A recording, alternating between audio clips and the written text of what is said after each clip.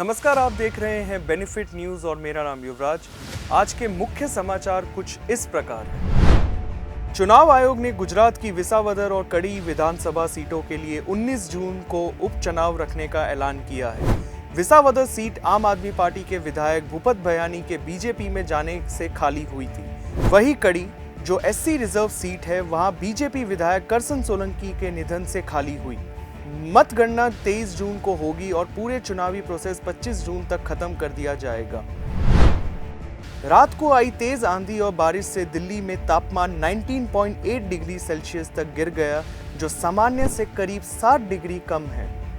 हवा की रफ्तार 82 किलोमीटर प्रति घंटा तक पहुंच गई। इस तूफान से पेड़ उखड़ गए, जगह जगह जल भराव हो गया और बिजली भी चली गई। आईजीआई एयरपोर्ट से 49 फ्लाइट्स, जिसमें 17 अंतर्राष्ट्रीय थी, डाइवर्ट करनी पड़ी।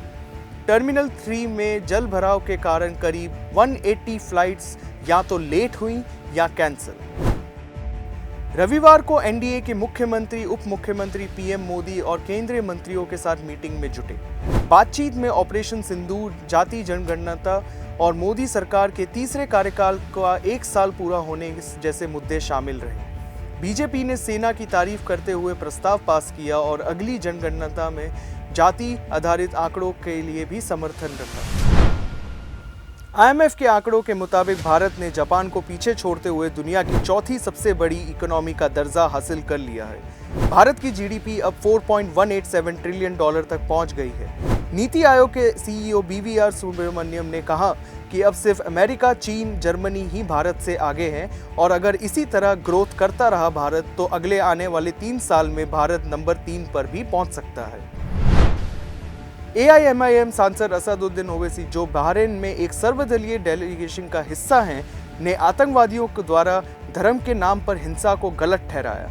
उन्होंने कहा कि इस्लाम आतंकवाद को सपोर्ट नहीं करता और कुरान का हवाला देते हुए बोले, एक बेगुनाह की हत्या पूरी इंसानियत की हत्या के बराबर है। उन्होंने पूरी दुनिया से अपील की कि कट्टरपंथी सोच के खिलाफ एकजुट रहें।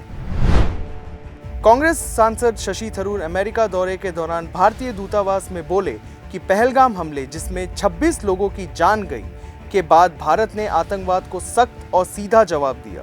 उन्होंने ऑपरेशन सिंदूर का जिक्र करते हुए कहा कि भारत अब सिर्फ कूटनीति नहीं, सीधे एक्शन की ओर बढ़ रहा है और पाकिस्तान को साफ संदेश दिया गया है। उन्होंने पाकिस्तान की ओर से बार बार इनकार करने और आतंकी नेटवर्क खत्म ना कर पाने को भी आलोचित किया। डेलीगेशन ने 9/11 मेमोरियल का भी दौरा किया। भारत में कोरोना के मामले फिर से बढ़ते दिख रहे हैं, हालांकि ज्यादातर केस माइल्ड हैं। स्वास्थ्य मंत्रालय के मुताबिक 19 मई तक सिर्फ 257 एक्टिव केस थे। खासकर केरल, तमिलनाडु, कर्नाटका, दिल्ली, गुजरात, महाराष्ट्र में मामूली उछाल देखा गया।